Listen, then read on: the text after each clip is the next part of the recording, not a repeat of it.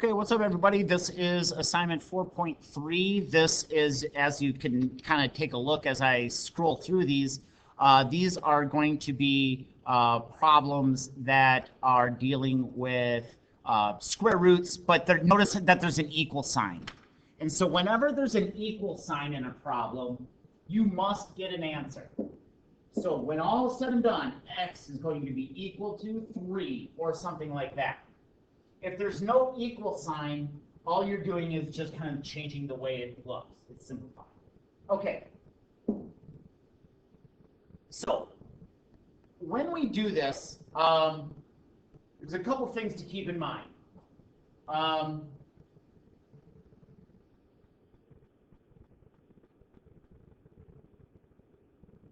right, so let's kind of talk about this just a little bit. So when we have a problem like what we have here, you need to ask yourself a simple question, okay? If you have roots on both sides, or in essence, two roots, if you have two roots, like I do in number 1 and I also in number 2, okay? You get them to both sides, and then what you do right there is you square both sides.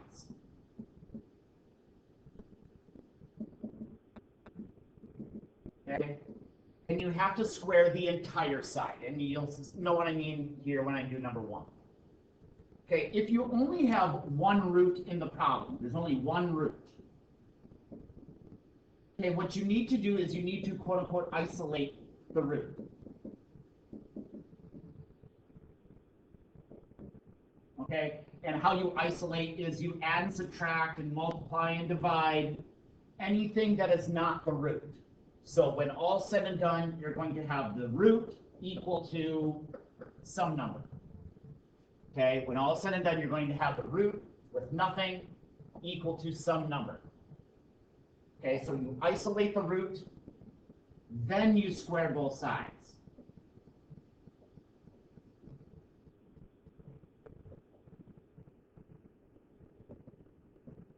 Okay, so if they start you off with roots on both sides, go ahead, just square both sides. It's kind of a little bit more difficult process than what you might think, but you square both sides. If you have one root, that's fine. You isolate the root, and then you square both sides. Okay, so here, problem 1. I have roots on both sides. All right, so that's what I mean. I square both sides. So I'm squaring both sides. And a square gets rid of the root. So if I'm squaring a square root, cool. That answer is 5x minus 3 on that left-hand portion. Okay? Now, how do I handle the number that is not with the root? All right? So everything gets squared in there. So 3 gets squared, so 3 squared is 9, and the square root of x gets squared, which is just x. All right, from here, we just go on the process of solving for a letter. If you've forgotten how to do that, okay, what you do is you get all letters to one side, all numbers to the other.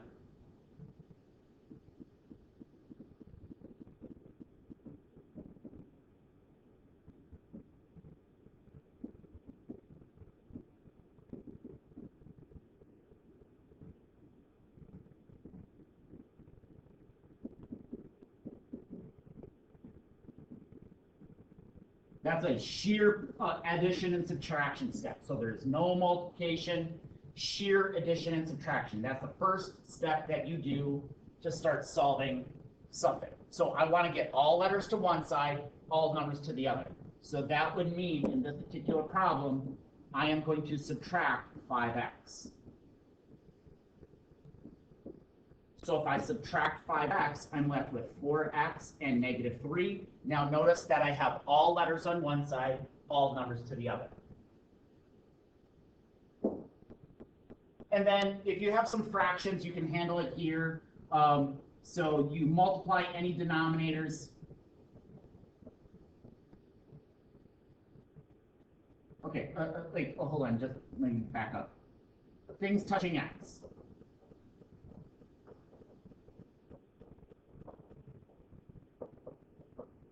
Multiply any denominators.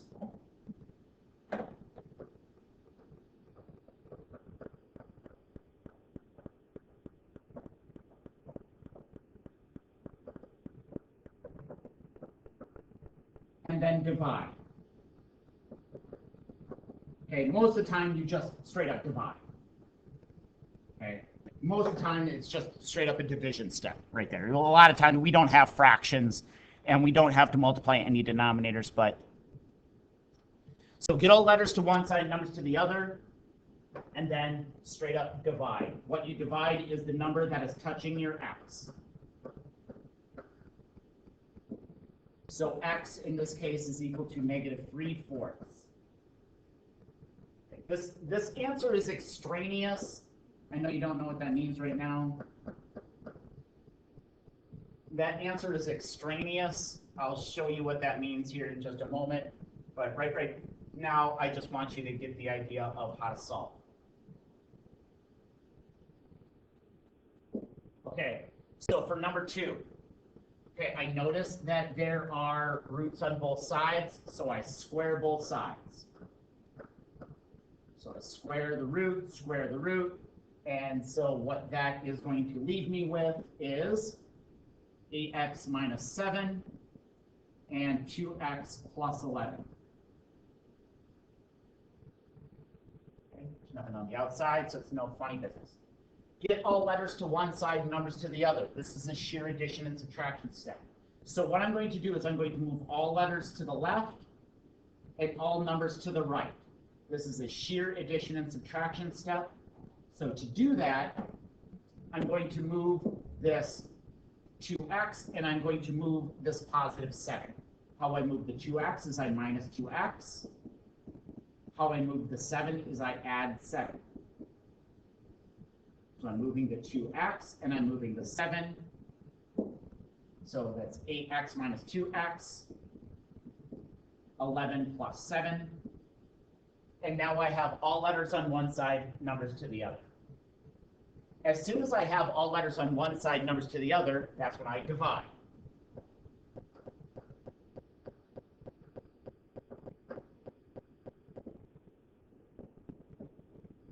And so x is equal to 3.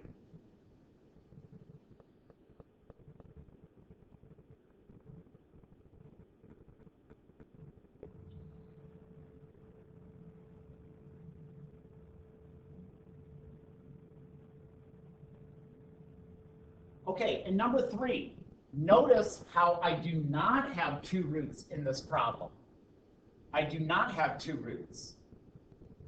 All right, so what I need to do is I need to isolate my x.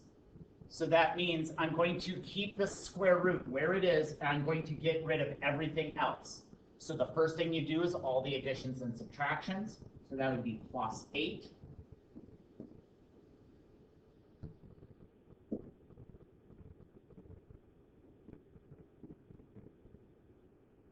And then divide.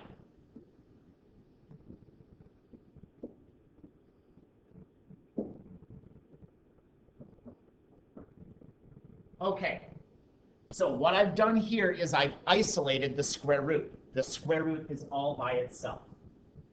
As soon as the square root is all by itself, that's when I square both sides. So that squares both sides, so that will leave me with x is equal to 25.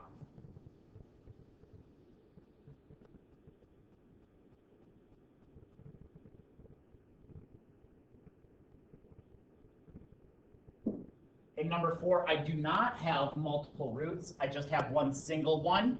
So what I need to do is I need to isolate that. I get rid of all the pluses and minuses first. So that would be minus 2.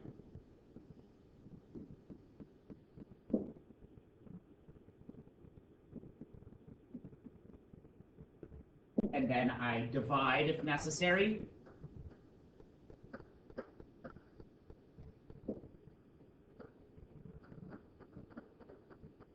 Now that I have the root all by itself, now that I isolated the root, that's when I go ahead and square.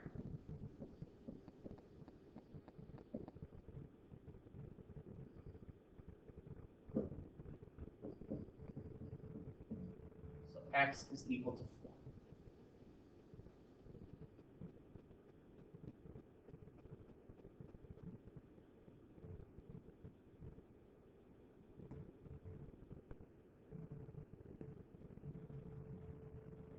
Here I only have one root, so I isolate that root.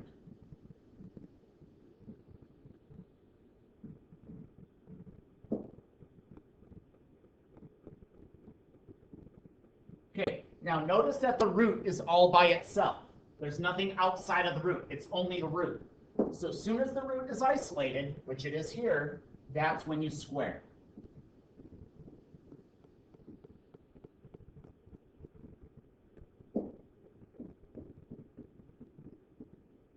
Now note that this is not the answer. This is not the answer. All right, from this point, you kind of need to start that process all over again, where you get all letters to one side, all numbers to the other, and then divide. So you just kind of start the process over again. So all letters to one side,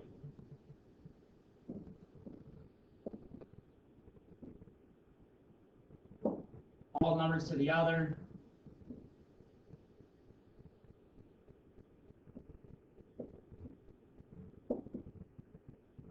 Okay, that's a sheer addition and subtraction step. And then most of the time you divide.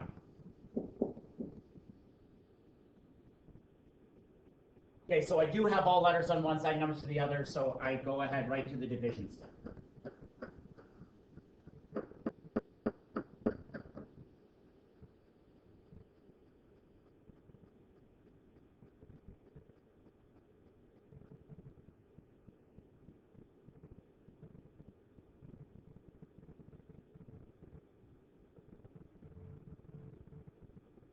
Okay, here I have a root, but notice how it's not isolated. I need to isolate the root. So I have to add 4.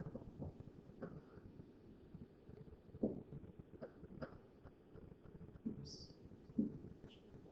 Color. Consistent here. All right, so this is what I meant. So this is the third root. So this is going to be a little bit different, but not crazy different.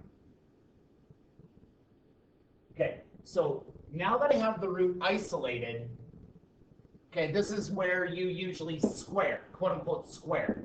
And the reason that we square is because most of the time it's a square root.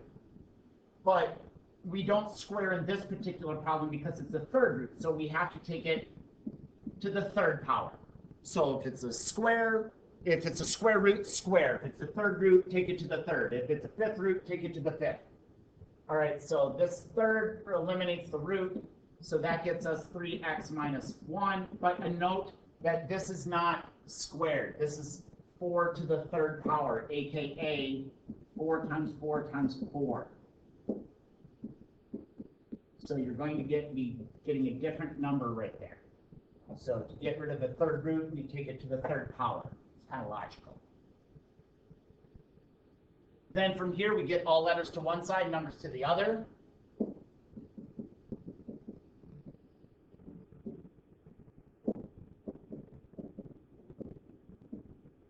And then divide.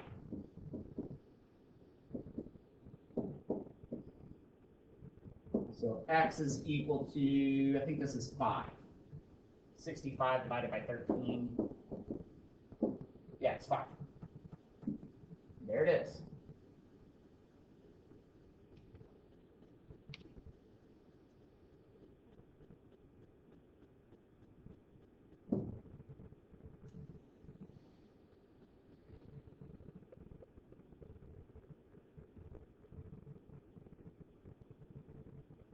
Okay, so here we go. We got one root, so we have to isolate the root. So I add 6.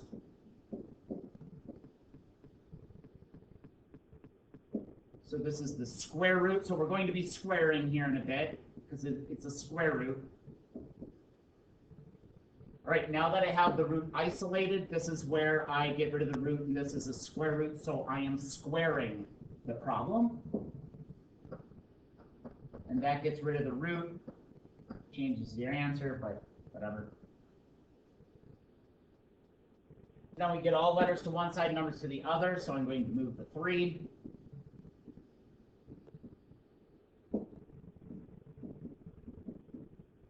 and then divide.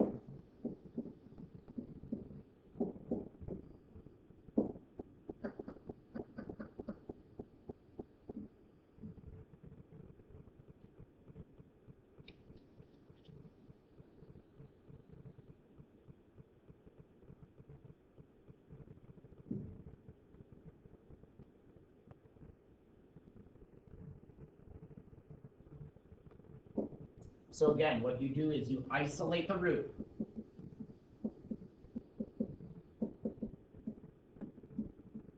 How you do that is you add and subtract, and you multiply and divide whatever you need to get that root all by itself.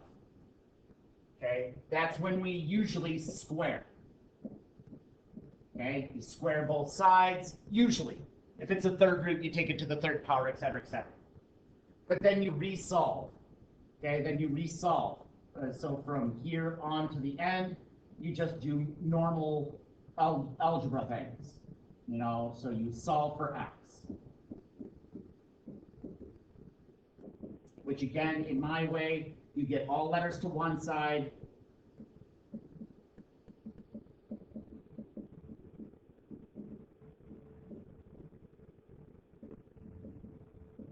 All numbers to the other.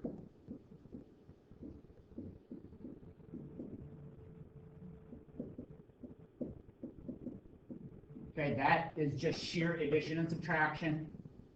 And then you most likely divide.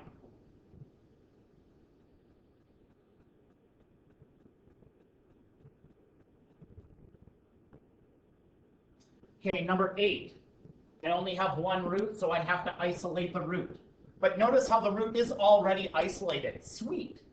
All right, so the root is already isolated. So this is where we square, but this time it's a third root, so we take it to the third power. So by taking this to the third power, I'm left with 2x plus 1, and this is 27. And then I just typically solve. So I move all letters to one side, numbers to the other. So the easiest way to do that is for me to move that 1, and then I divide.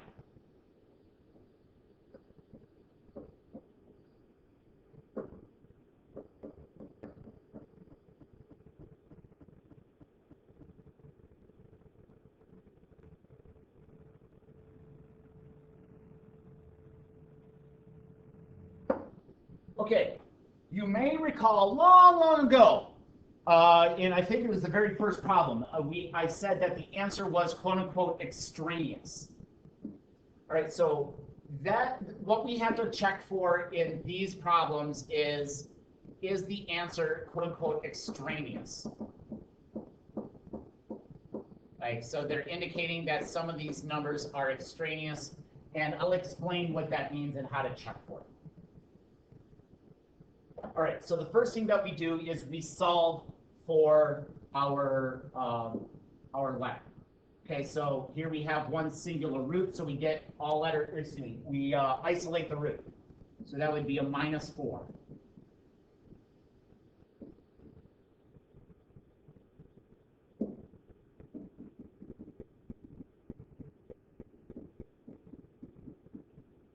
Okay, now that the root is isolated, I square both sides. Now, when I square both sides, I have to square the entire side. I know that sounds simple, but this is where people are going to get this problem wrong, I guarantee it. Because, let's just take a grander look at this. This is x minus 4 squared, which means this is x minus 4 times x minus 4. That's what it means to be squared. It's x minus 4 times x minus 4. So this is the process where I start with that first term, I multiply through, so that's x times x, x times -4, and then I move on to the next item, and I repeat the process. So this is -4x, and positive 16.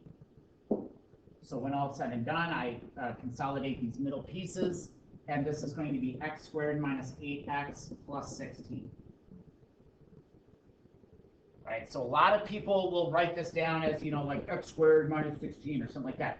And because they're trying to do the problem too quickly, right? So you have to square the entire thing, as I kind of showed you here, right? Really, really important.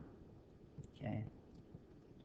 This is kind of a difficult question, but this is how you do it. All right. So I'm just going to kind of put that up here, just to kind of keep that in mind.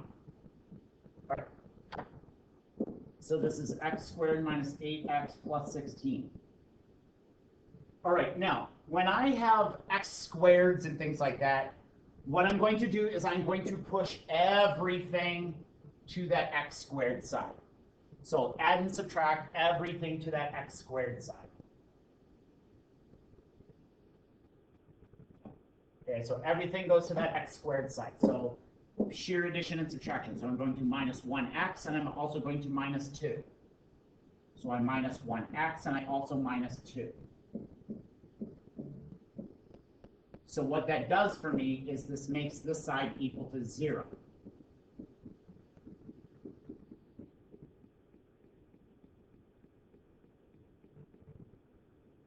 Okay. Now, this is, I think, all about last chapter. Okay, this is pretty much the exact same problem as that we would have last chapter. We have factoring to do. So I would want to multiply to positive 14 and add to negative 9. So that would be negative 2 and negative 7. Okay, so that multiplies to positive 14 and adds to negative 9. So if this is indeed equal to 0, that implies that x is equal to positive 2 and positive 7. If you need help with that factoring, go back to last chapter. Go back to the chapter before that.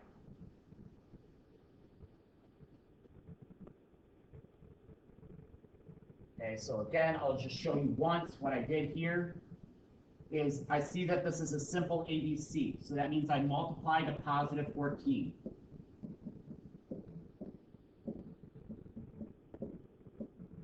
Because it's positive, they're both positive, both negative, and I need to add to negative 9. So I add to negative 9, and that produces your factors.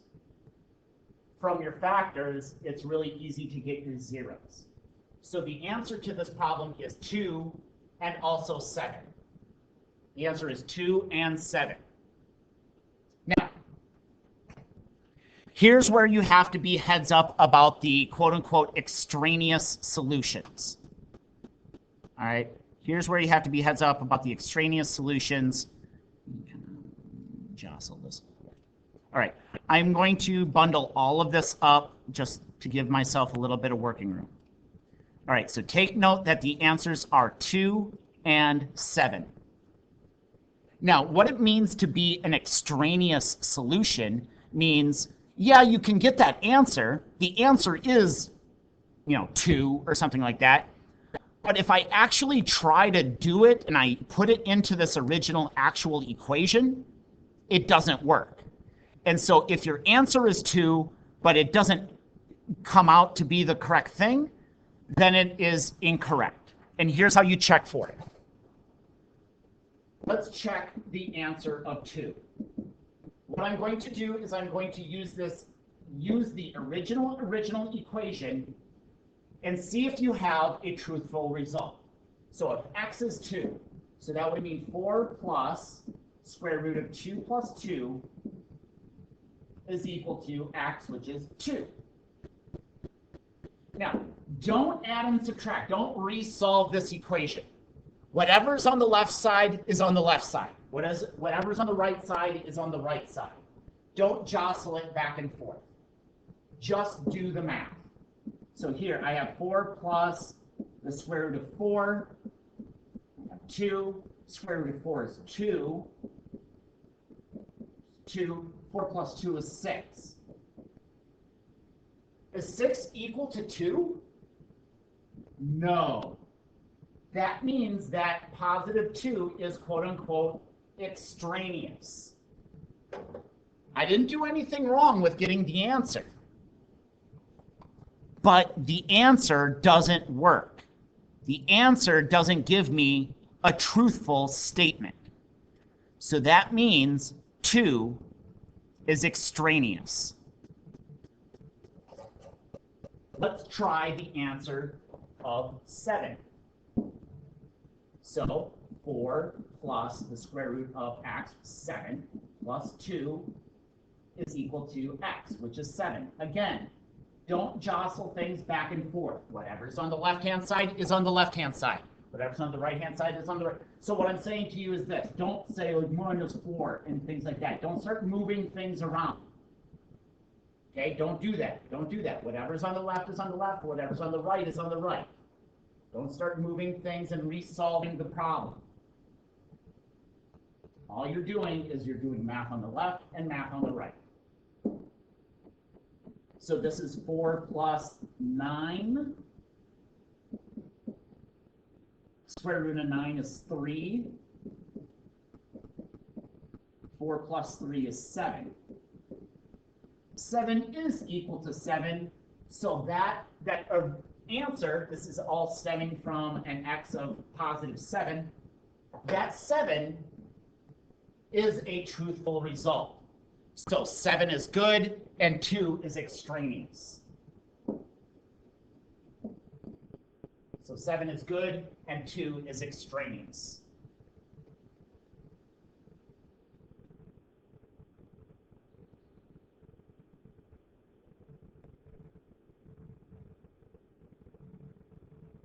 Okay, let's repeat that process. We isolate the root.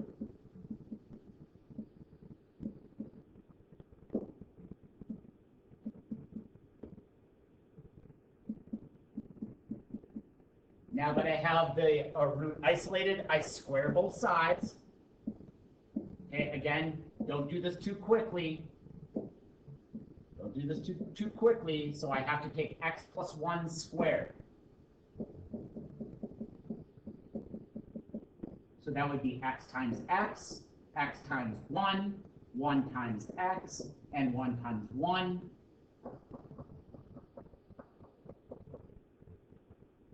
So this comes out to be x squared plus 2x plus 1.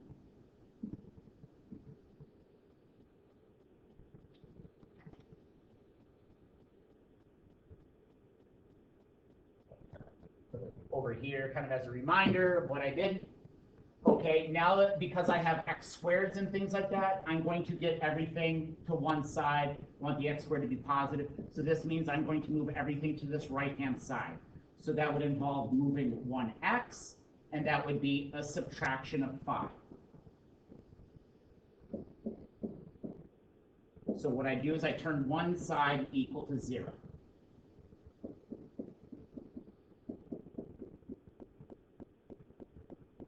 So here I need to multiply to -4.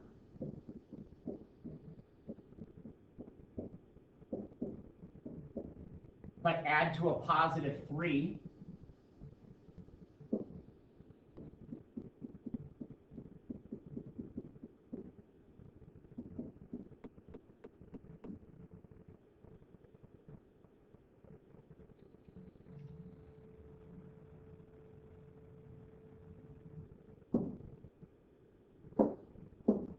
That means x is going to be equal to +1 or -4. So I think all of these answers are supposed to have a -4, not a +4.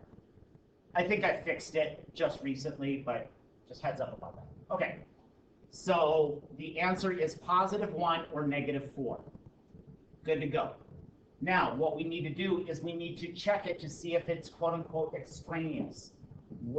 How we do that is we use this original equation, and we try that equation with +1 for x, and then we try the equation with -4 for x. So let's try +1. So +1 would be 5 minus x, which is 1, minus 1 is equal to x. This case is 1. Again, don't start adding and subtracting and stuff like that. Just do math. So 5 minus 1 is 4. Square root of 4. 2 minus 1. Hooray! 1 is good.